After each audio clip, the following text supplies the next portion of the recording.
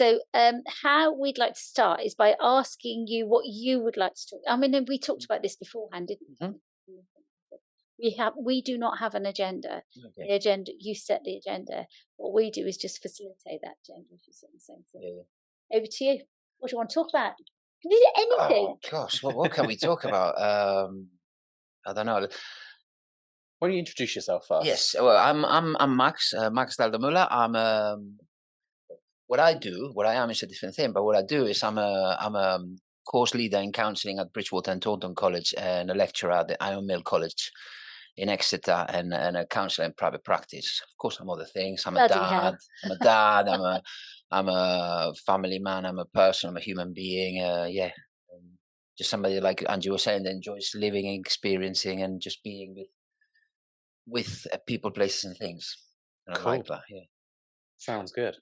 And I suppose, I mean, I know you on virtually all of those levels, really, Mhm. because I've worked alongside you, I've worked with you, and I know your family, and had the privilege of all of those different positions that Yeah. you're in. And I suppose, and I've worked with some of your students, and blah blah blah blah blah. So I've been really fortunate to have known that. But I suppose a lot of people out there don't know you in all of those facets, whereas I do.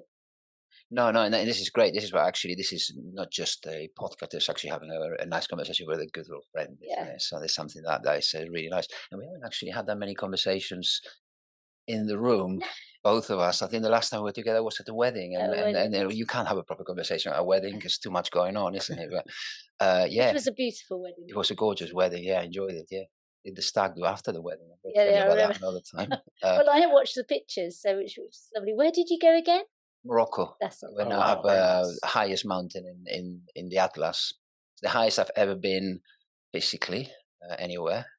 Yeah, it was a really good experience. When it was in the middle of sort of lockdown, and it was a bit of an adventure because we kept on getting flights cancelled. We couldn't go here, so everything was really improvised in the moment, and we was very much being in the moment and just enjoying totally different culture, different way of living, isolated out, coming from here to from the UK to there and being in this no roads, just everything off the land. It was really humbling in a sense. Yeah. Because Lewis has also done a podcast with us. We Yes, haven't yeah. released it yet, have Yeah. we? We haven't, no. And that is kind of one of in line, really. Yeah. We haven't decided which order we're going to do. Okay, yeah. So Well, it's I'm not quite- competitive. Yeah, do me first. Yeah, I know that feeling. So I know you work really, really hard on the counselling courses, but I also know that you have your own charity. And obviously Yeah. Mike's a trustee of our charity. So I just wonder how that different, because it's similar charity to us. It is. But, I'm no longer part of that. I right. gave that up. There were several reasons. One of them was my commitments at college increased so big that I wasn't able to give my time. But it wasn't a charity. It was a KIC, community interest company. Okay. Less paperwork to start with. So, and the other thing with that is also that it was in the local area where I was living, and I found it quite difficult to do some of the counselling work in Yeah. a small town. I live in West Somerset in Watchet, and 3,000 people, and too many overlaps, and the boundaries became a bit complicated to hold. So I thought it was easier for me to move and then do my work a bit more to geographical distance. But no, it was an interesting project. It was interesting to see the other side of it because as you knew me mostly as a person I was a receiver of counseling. I was getting help by organizations over the years, loads, and I always saw that end of things, but receiving the help, having somebody sat in front of me and trying to help me. But what I never saw was all the cogs and all the things that go on behind the scenes that you don't get to see. And when you're actually setting something up, it was quite a good learning experience, definitely. Yeah. But you also worked for Summer House Somerset as Indeed, well, I didn't did. you? Yes. For about As a counsellor for quite a while. 3 or 4 years. I was I was working in the first. It was in at first. It was when we were just starting, and Yeah, it we had a was. difficulty finding rooms. I remember that's that, correct. and we used to work in the children's centres, Yeah, and then they moved us out, and then we went to what's that? Community centre. Community centre, and then eventually we ended up in the pod. Yeah, and yeah, then yeah, Astapod. Yeah, that was a really useful experience. I actually really, really enjoyed that. I remember that quite fondly. What made you want to become a counsellor? Well, I never wanted to become a counselor. I never set Oh, out to okay. become a counselor. Actually, What did you want to do when you were younger? when I was younger, I wanted to be an astronaut. Okay. I wanted to be a rock star. I wanted to be a fireman and a football player at one point. But so in my teens, I became a space cadet. Okay. Yeah, and There I are did. such things as those. Oh well, no, a space cadet. I mean, like as in, you know, party animal All kind of. right, okay, Yeah. that kind of Okay. So space yeah, One cadet. no, of those and space yeah, I cadets. mean, I sort of grew up. So I'll tell you a little bit of my background. Yeah. I'm half Spanish, half German. Mhm. So I've got I grew up between the two countries, and one of the things with that was great in terms of opening me to cultures, but in a personal level, there was this thing about never fully know um, where I fitted. Because Okay. you know, I grew up mostly in Spain. Mhm. Whereabouts Went in to Germany, Spain? in Galicia, northwest Spain, Okay. the green rainy part. That's why I don't The mind green Britain. rainy part. Yeah. Okay. So with Didn't know it existed, to be honest. yeah, yeah. Well, Spain is 3 times the size of the UK. It's a big country, and most of it is deserted, actually. But so growing up there in Spain, I didn't feel Spanish because I was half German, and in Okay. Germany, I didn't feel German because I was half Spanish. So there was always Right. the sense of where do I belong?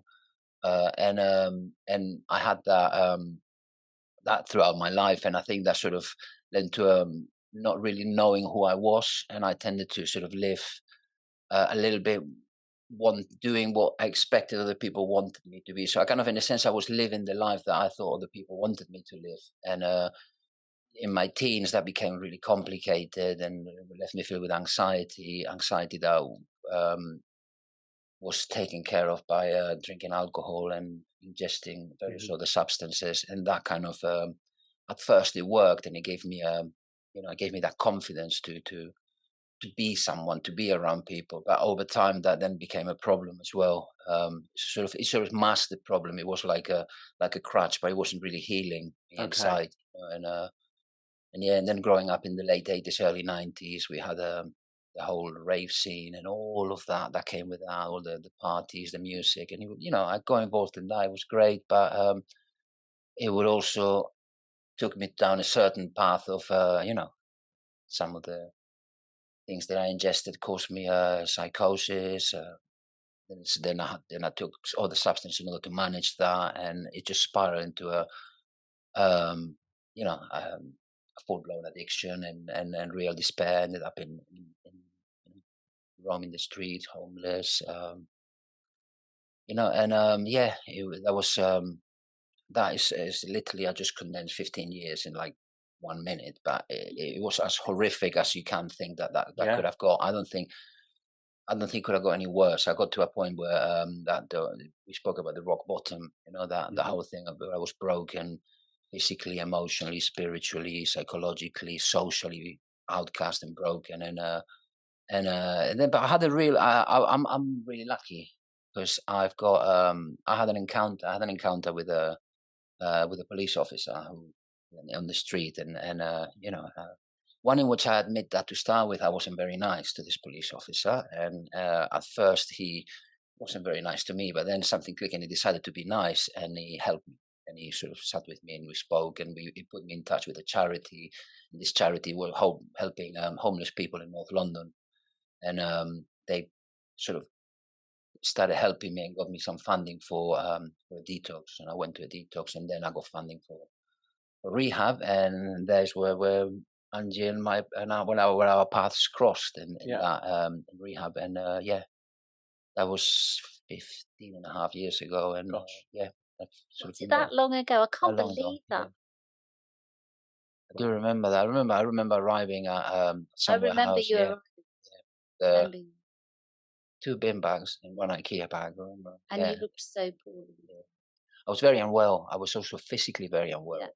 Like my body had taken a pounding, but no, but it was one interesting thing that happened. It was that experience that I had where this police officer helped me and he actually helped me to help myself. He said, "I'm going to put you on the track," and he set a path in motion for me to then take the responsibility. And one thing that I always since then I've never had this thing of I never even considered the option of actually returning back to that life because for me what happened on that day was well, you believe in miracles, that's what you would call a Yeah, miracle, yeah, yeah, you yeah. know, I and do. it was like a kind of some kind of divine intervention that crossed our paths, and yeah, mm, well, the rest is history, you know. I see Which where, is what led you to into counselling, yeah, isn't it? yeah, And then going yeah. on to do it as a career.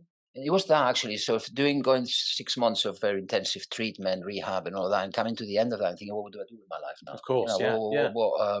I can't go back to the life that Did I you was have a living. career before any of that, or Nothing formal. I okay? mean, I was always very interested in doing artistic things, and I was always been very interested in people, and I always had I always been quite sociable Mhm. and that. So no, actually, when I left rehab, when I went to the local college, Bridgewater College, where I'm working now, I enrolled myself in a web design course and in Okay. a counselling course, Yeah. and I sort of, let's hedge my bets here, Okay. kind of Yeah. thing, you know. But counselling, as soon as I started the training, I never looked back. I really enjoyed it. It Yeah. was, yeah, it's a real somebody that's a bit self-centered and with narcissistic tendencies like me. This idea of actually constantly looking at myself is actually quite good. It's a way Yeah. of putting those tendencies using them in a healthy way rather than like I was using them before, you know. And do your experiences, does that help you in that role when you are providing counselling to people or even training people to be counsellors? Do your experiences help with that? I like to think that it does, but I also want to say there's also a bit of a double-edged sword at times. Okay. Yeah, there is a level of sort of over relating with people, and there's also something about reliving my own traumas. Is one thing. When I did my training, I did my placement. It was in rehab with Angie, and then I worked there as an addictions worker for a while, and I found it very difficult at times to almost hear stories that were so similar to mine. Oh, I And so it came to see. a point. So that thing Yeah. about in terms of self care, I mean, looking back now, you know, hindsight's a wonderful thing that we don't have at the time. You know, I realized that was happening, but it took me a while to actually sort of process all of that. It can be really good. It can really give me that, you know, I kind of understand what a person has been. I know what that feels like, but I can also bring quite a lot of my own in there. You know, so it requires a degree of self awareness, self knowledge, and very very good supervision. I have to Of say, yeah. course. Yeah. But is it, that's that thing though, isn't it? It's about how a good counsellor will have that understanding of where they have to draw that line between self-preservation Yeah. and supporting another individual, because very often you get that some people don't understand that they and I know you're doing some work on the wounded healers. Yes. Is that the Yeah. right way of saying it? Yeah. Yeah. And you and I talked about that the last time we chatted, and I think that was it's so important that, like you said, that person who's experienced trauma of some kind needs to make sure that they are fully whole before they then go on to think that they can support others. Otherwise, they can create more damage, not just to themselves, Yeah. but also to the person who's seeking help. Potentially to the vulnerable client.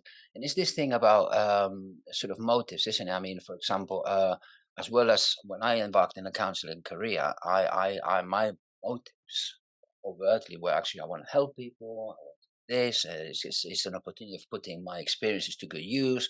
Otherwise, it feels like I just wasted 20 years of my life or something. You know, there was that, but there was also some. At that time unconscious and yet and later revealed ulterior motives. My need to be respected, to be Yeah, yeah, liked, sort of redemption. I did a lot of damage. I hurt a lot of people in my addiction, and there was an element of actually somehow seeking to rebalance my karma, as it yeah, were. yeah, yeah, And I think that that's okay. I think that yeah, yeah, you know, as a it's a normal need to have. But if that is not, if somebody is not aware of that, what it can potentially lead to is yeah, actually to a sort of hidden agenda that they don't even know themselves, or I didn't know myself that yeah. I had. And that's the thing about the wounded healer. I think it's Jung that said that only the wounded healer heals, but they can only heal in as much as they've been healed themselves. And it's about um, what can happen. I've seen this, and this is part of what we talked about. There's sometimes this redemption, this investment in the idea of the wounded healer can come with a persona, and people can. It's very difficult potentially, and I've seen this color in addiction. Sometimes people become what I call sometimes recovery gods, People that, they're so invested on this persona they created themselves of the really wise wounded healer that can become quite difficult sometimes to share vulnerability and to actually be real and say, I'm struggling with this or I can't cope with I that. completely concur.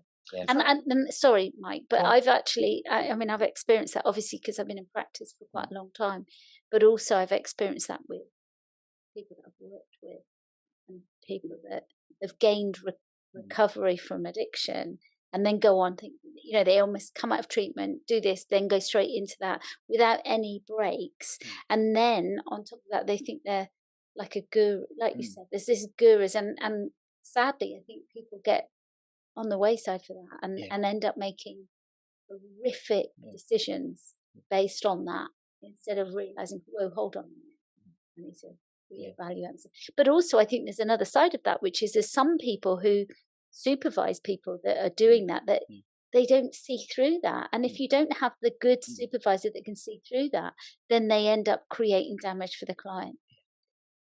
I always remember it was one of my earlier supervisors asked me, why do you want to be a counsellor? And I remember saying all the things, and said, actually, what about the other reasons why you want to be a counsellor? I thought, okay, yeah. And I started thinking about that, and actually, well, do I have ulterior motives, or am I, is there such a thing as a purely altruistic act? And all those kind of questions that I think are very healthy questions to ask oneself, isn't it? Because Well, the question that I was going to ask is actually, is it almost an addiction having that feeling? Having that feeling of being this superior person that's accomplished these things. I'm not a counsellor, and I have no intentions of becoming a counsellor. But I wonder if whether that's part of it, whether it's almost another form of addiction, that feeling. well, there certainly is. I mean, the feeling of helping somebody is wonderful. It feels really good. It feels all, warm and fuzzy inside and all of that. But certainly, one of the things in addictions counseling is that you do a lot more. You tend to do a lot more groups than you tend to do one-to-one. And there's something about performing. Okay. And that I remember I said when I was young, I wanted to be a rock star. I wanted Yeah. to be this, and there's something about the performance Okay. that yes, You really I enjoy. like. I enjoy this, and it can be addictive. I've noticed, for example, today was my first day teaching at college after the summer break.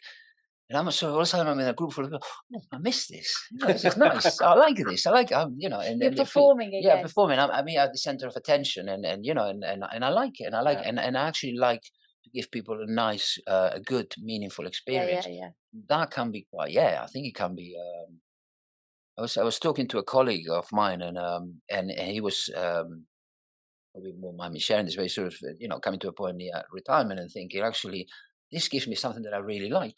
This is something, this is something that I don't find in my life. And I thought that's a really good point because And I've talked about that. Yeah. I mean, because I'm at the other end of my career, whereas you're reasonably start of your career, if you see what I'm saying. And I know it's something that I've talked about with my supervisor and in counselling about where do I go when I stop doing what I'm doing?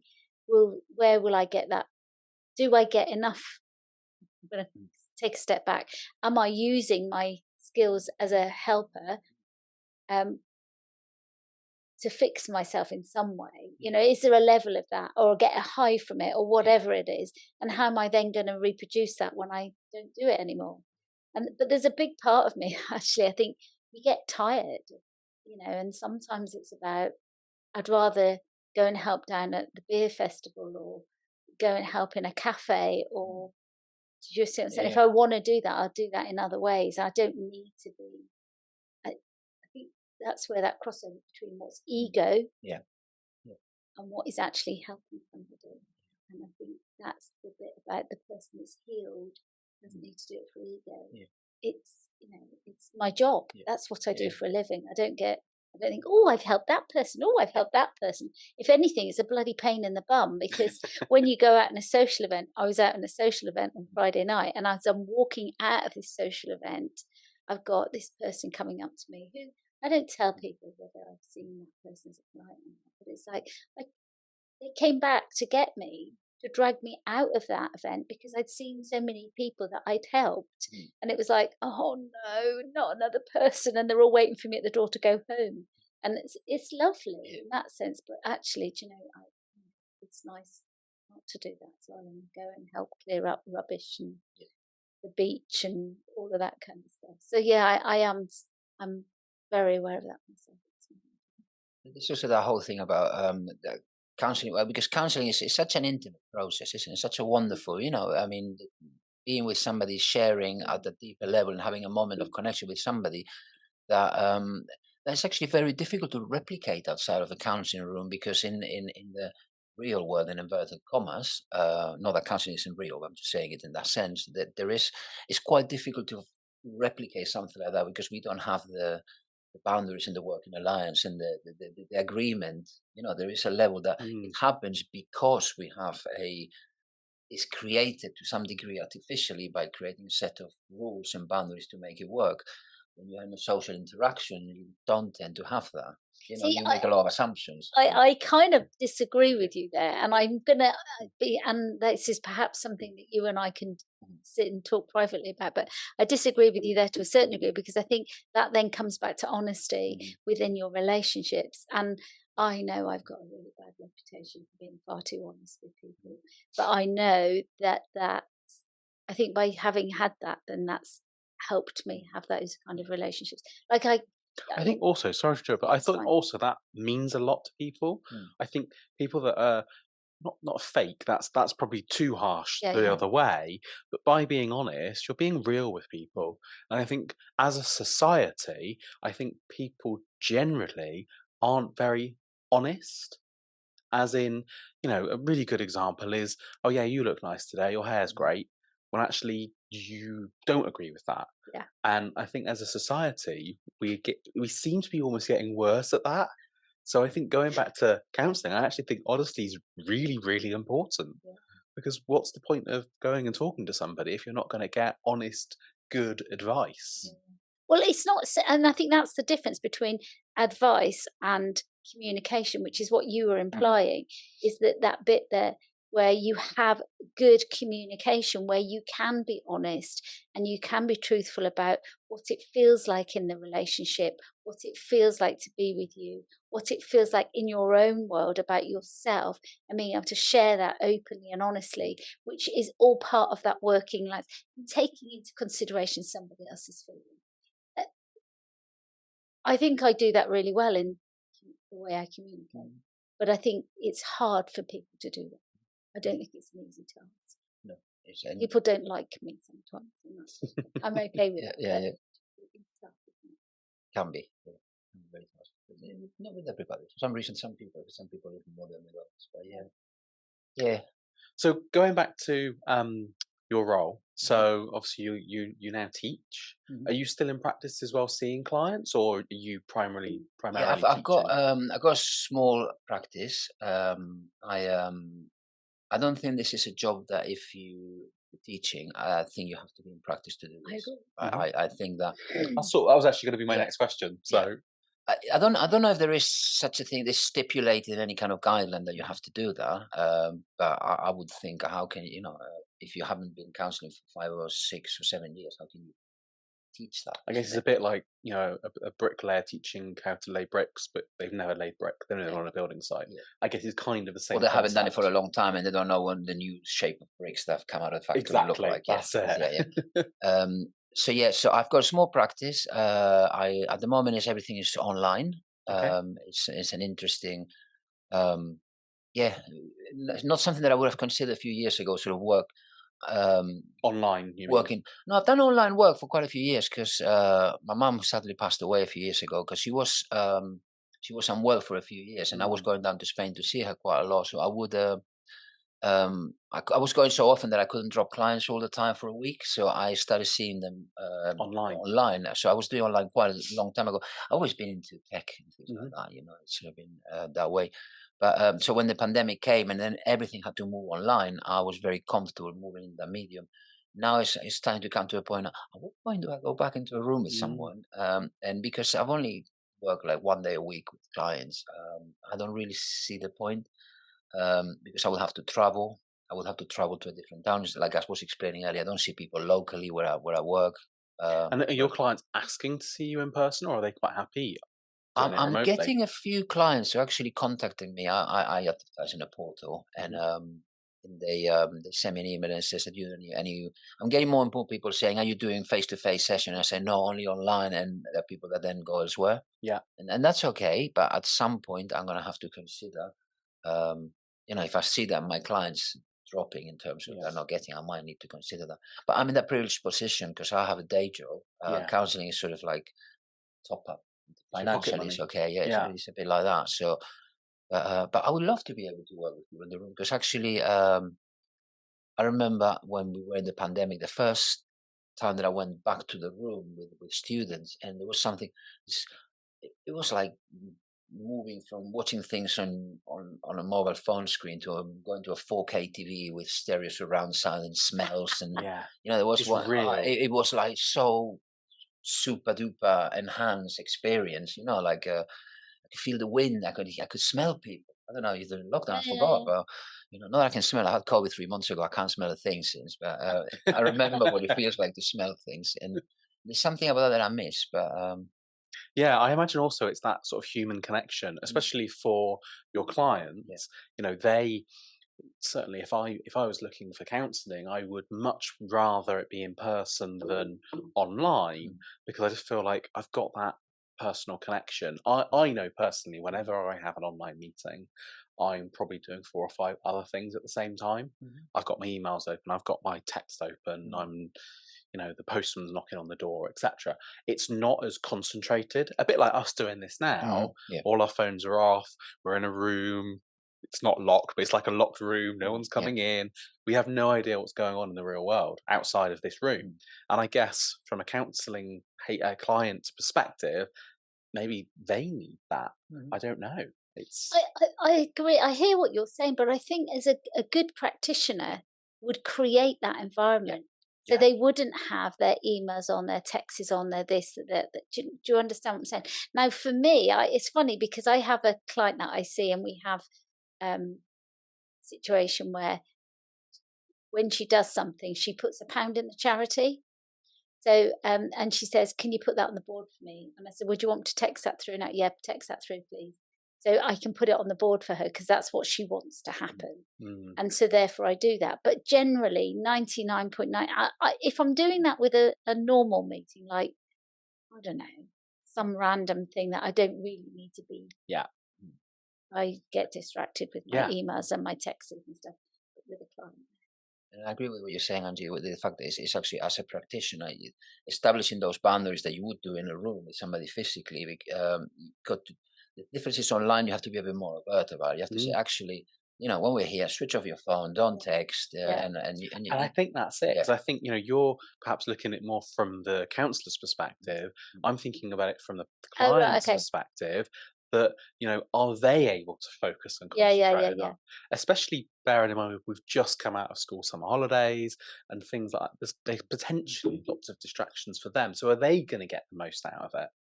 And maybe that's where in-person does work better. But I guess it depends on the counsellor, it depends on the client, their situation, and all of those kind of things. I see people all over the world, as you know, and it's like, and I have time zones here, there, and everywhere, and they're all incredibly busy people and stuff. But I can honestly say people just focus on the session because it's important to them. Which is good. And I think that's, people don't come to counselling lightly. No. The people that are coming to counselling lightly will do that, perhaps, but then will end their sessions quite quickly. They don't sustain it. Do you agree with that? Yeah. They got. I mean, people. At the end of the day, counselling is an investment in themselves, isn't it? I mean, it's how invested are you in this? The more you put in, and I think that somebody that's just sort of engaging with half and half might want to question their motive for being in counselling. They might be there because somebody else wants them to be, because there's a million reasons that I can probably think of that I've experienced over the years, isn't it? It's one of the questions I used to ask someone else: are you here because you want to be here, or are you here because somebody wants you to be here? Yeah. Like a judge. We actually asked that question for the charity as well, for the same reasons, because sometimes it can be your partner or the school or this or that person. Because I think you're right that having it's got to be somebody's decision. It can't be a forced decision by anybody.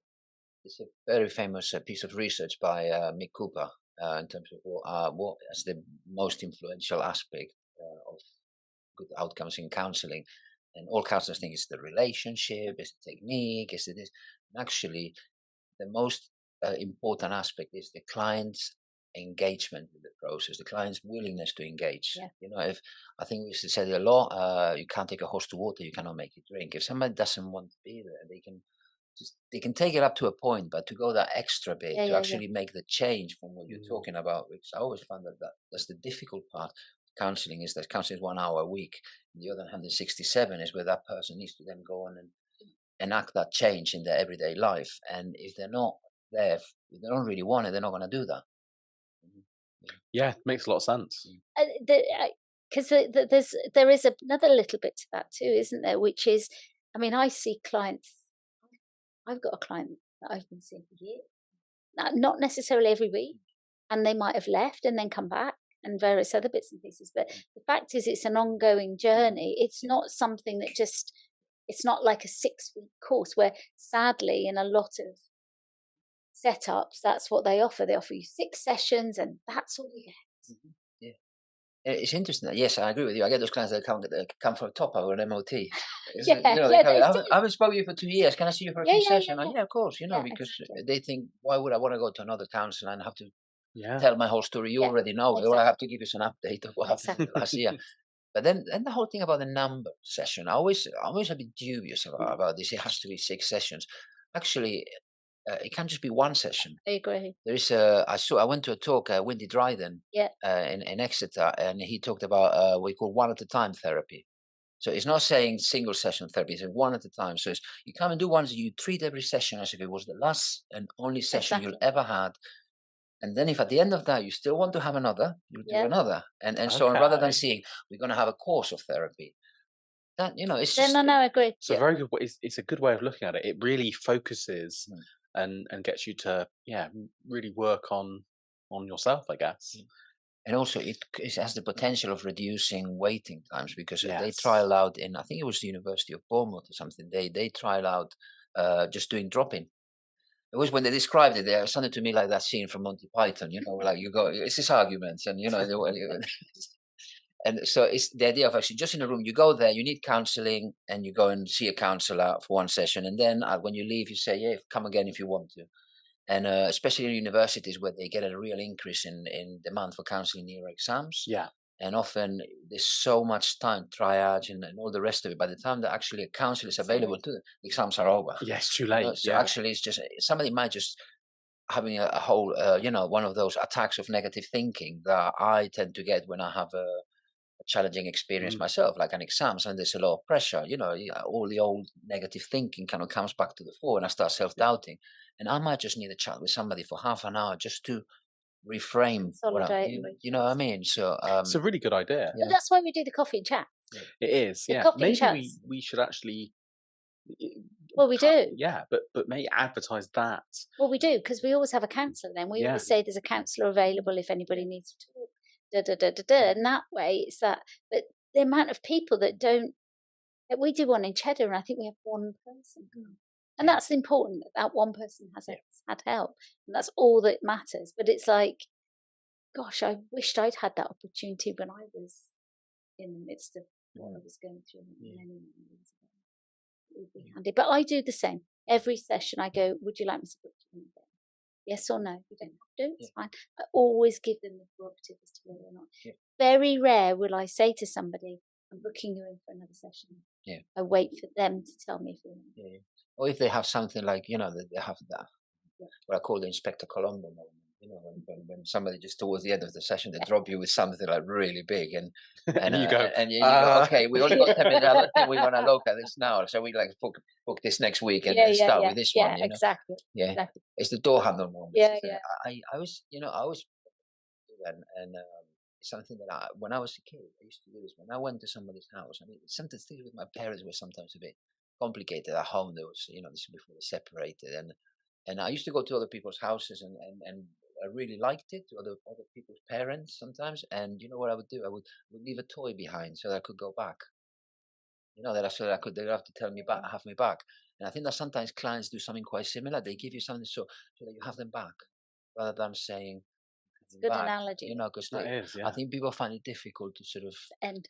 to end things, yeah, or even or to acknowledge actually I need help. So they just drop you there, and then you say, "Oh, come on, you gotta come back." yeah. That's really interesting. How do you ask? Bearing in mind that you are a counsellor and you're in a helping role. How do you ask for help as a person, a dad, a son, a brother, a partner, a colleague? I just tell people how I feel. Not all of them, not always the people that I should be telling how I feel. I have to admit, but I've noticed sometimes, for example, one of the things that I have as a recovering addict, if you want to have that label, is I tend to go to a lot of meetings where I can. I don't go as often as I once did, but I always know that there are people in recovery that I know I can pick up the phone and just chat, and they, in the same way that I get people calling me like that sometimes, and I kind of this sense of we know why we are calling, and sometimes we don't even need to say anything. It's just that sense. Let's go for a walk. Let's find a hill. Let's do this. Let's go for a meal. That's very important. And I'm become good at meeting my needs as well over the years. And if I need something, I'll go and ask for it. But it's interesting. I'm very good at asking for things. I'm not always that. I don't always find it so easy to ask for when on my feelings. In a sense, that's the bit. But still, despite having been around this 15 years and everything that I learned, I still find something there that stops me, and I recognize that as my own. The counseling session to some degree into me opening up. It reminds me of when I was a kid. My vulnerability, my needs were not always met. They were met with, they were sort of ignored. My parents were too preoccupied with their own dramas to kind of be focused on mine. And I think when I'm in that position, that comes up to the surface. No. So I know you'll be all right, and at some point you find something that helps you. But it's not the person that I needed. Yeah. And I can understand that, because I mentor people as well as counselling people, and I find that there's some of the people that I mentor will willingly come and ask for help. Can we catch up? Can we do this? Can we do that? And they're straight there. And then there's other people that are reluctant to ask for help. They know they need help or they want help, but they're reluctant to come and ask for help. And I know for myself, I can identify with both practices. Yeah. So it's like, and I don't know whether that's a bit of false pride for me. It's like I don't know how you kind of get out of the habit of asking for help when you kind of think you become quite resilient, don't you? And it's like, oh, I've been fine for the last 20 years. Why am I all of a sudden needing help? And I think that can sometimes create a gap with the professional and the something. Yeah, no, totally. It's sort of almost like I was talking about the investment in a role, I suppose, isn't it? The wounded healer, and actually, so I'm okay, and I should be okay, and actually, I'm this person that's actually managed really well for all these years, and people kind of seem to look up to me as somebody, and in the sense of me, actually, no, I'm really struggling with life. I can't cope. It's very difficult. I've done it in recent times in a professional environment, and I found it in a personal environment. I found it. That usually I worry about it, actually when I actually do it, the things that I was worrying about, they don't tend to materialize. It's always the way, though, right? Yeah. Well, Sean, a long time ago, gave me a book called "Feel the Fear and Do It Anyway," and I remember very clearly it says 9 out of 10 things that we worry about don't come to pass. That sort of stayed in my head since then. I like that. Yeah. I had the charity attended the emergency. They had an emergency kind of gathering of people that do emergency services in the local area in Birmingham, and the charity was invited to go along, and Mandy and a couple of other people went along, and somebody went up to them and asked if it was Angie Clark. This is charity Angie Clark. And he took a piece of paper and he wrote this down. And on there, one of his notes to me was "Feel the fear and do it anyway." And I saw this person a long time ago, talking 25 years ago. And it, like, when I saw that, And it's like, you know, when it takes you kind of emotionally, I still feel that emotion now. And it's like, it just goes to show you can say something to somebody that can change their life significantly. And you can say something to somebody that can change their life significantly. You see what I'm saying? And it's that bit about how do you present yourself as an individual, as a professional, but also as an individual as well. And you just saying, Sean giving me that book. And at the time, I thought, what is this American psychobabble crap that I got to read? You know, but Bastard. years later, you know, but actually saying that is interesting because one of the things that can often happen with counselling, because it can at times, this is something that I recognize, especially working addictions, it can at times feel a bit like almost like you just trying and trying and trying, not getting any response. And I sometimes discovered that actually sometimes counseling is like planting seeds. You plant the seeds, and the other person might not have the nurturing ground to grow them, or might have not the nutrients or the water or whatever. You know, so you might say something like, for example, I recognize that in myself. I remember having a conversation in 2002 or 2003 with my sister. I was really unwell. My sister was in London, and she spent some time with me, and was really nice and kind and welcomed me after we had a massive fallout before that, and after she had children. And she let me spend time with the children. She let me look after the children. And in a sense, that's all she did. But in a sense, by doing that, she planted the seeds saying, you know, you're worth it. You can be in the family again. And, you know, and 4 or 5 years later, when I was actually able to get help, I was actually to recognize some of those messages that were there and other things that people said throughout my life. At the time, they just went in somewhere, but they stayed. And later on, when I found the right circumstances, I was able to benefit from that, from those small bits of wisdom. Isn't that wonderful? That's really good. Yeah. And people don't recognise that they can. Just that, what the word that kept coming in my head as you were talking was trust. She trusted you with 2 of the most precious gifts that she's been given in life. Do you know what I'm saying? And that made me feel human and accepted and I've got goosebumps. all of that, you know. And it was only one really kid. lovely. She only had one kid, but it's the She thing. had one. By then, she had the second one a bit later. Oh, right, okay. But what it was then, it was that whole, you know, that idea of you know, when if you're a counselor or you're practicing in your early days and things feel a bit like, oh, I'm not getting anywhere with this person, I'm not getting anywhere with this. Just remember that actually the client, they might, like the guy with feel the fear, or I don't know if it was a guy or woman, feel the fear doing anyway, years later comes back to you. You don't know, the person might, you know. Yeah, I agree. And don't give up just because you're not getting any immediate response. It's a bit like having negative reviews on social media and things like that, isn't it? That person might give you a negative review today, but in 5 years' time, they might reflect back on what they've learned. Their life's shifted in a different place, and it's revealed some knowledge. And actually, oh my gosh, they were right. Or, oh my gosh, that person helped me. Or just that phrase. It made all the difference. Yeah. Having one negative thing doesn't make sense. No, exactly. Especially if you believe everything that's said on social media. Serious trouble. But that's another, you know what I mean? Or on the internet itself. I mean, something I've been studying as well quite a bit in recent years, the effect of online and tech-mediated communication and the effect that it has on well-being, on mental health, but also the impact it has on how we communicate, isn't it? I mean, who hasn't fallen out over a text message? Because you send a text message to somebody saying meaning one thing, the other person it's been interpreted differently. Yeah, I've had that numerous times. I don't text enough to get.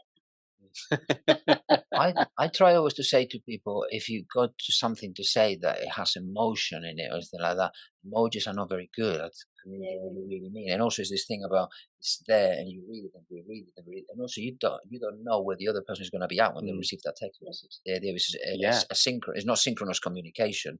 It's, you know, for all you know, the other person is just come out of just been sacked. From their job, and they come out and you send them a joke and they want to kill you. But isn't that bit about keeping things open? So I know for myself, I'll go, if you need to talk, you know where I am. You know, so there's always that other opening. It's really, really important because I agree with you. I'd rather talk to somebody with a text or WhatsApp or send an email or I hate it. We have a hilarious thing with the text message not long ago, me and you Yeah. I mean, I can't remember what it was. I got to look it up. I But did. I remember what it was, but I'm not yeah, repeating because it's not for me to say it. it was so funny. Yeah. Well, I'm really conscious of time. Gosh, yeah. We're running out of time. Where's that time gone? It has. It's just, It goes fast when you're having fun. It Yeah. really does. Thank you so much for sharing a lot of your history and your story. It's really interesting. As I'm sure you've seen from some of our other podcasts, we like to ask a question at the end of our guests, which is what's their goals, their aspirations, their plan for the next 12 months? Because what we want to try and do is invite you back sometime in the next 12 months to sort of review how your year's gone. For the next 12 months, my intention is to live it one day at a time rather than thinking too far ahead. Really, that's my plan, and just consolidate what I'm doing. Oh, but I've got one thing. I got to finish my master's degree in Okay. about 12 months. I have to I'm because surprised Ange hasn't been chasing you about that. She's very good at nagging people. yeah. But- No, I'm on top of things. Actually, I'm very much on top of things. I'm doing so far quite good. I mean, I'm waiting for the feedback for one essay in 2 weeks' time, exactly 2 weeks today. So, Nice. but no, that's one thing I got to finish. And as a result of doing this, I'm also bringing professionally. I'm bringing in a lot of changes on how we deliver our courses. Today starting a course, and I want to enact those changes over the next 12 months. Fantastic. Yeah. That sounds great. See how that goes. Yeah. We'll see you in 12 months. If Yeah, not yeah. before. That's if not before, yeah. Thank you Yeah. so much for Thanks, coming Matt. on. Thank you for It's having been me. great. Yeah, it's been a pleasure. Thank you. Cool.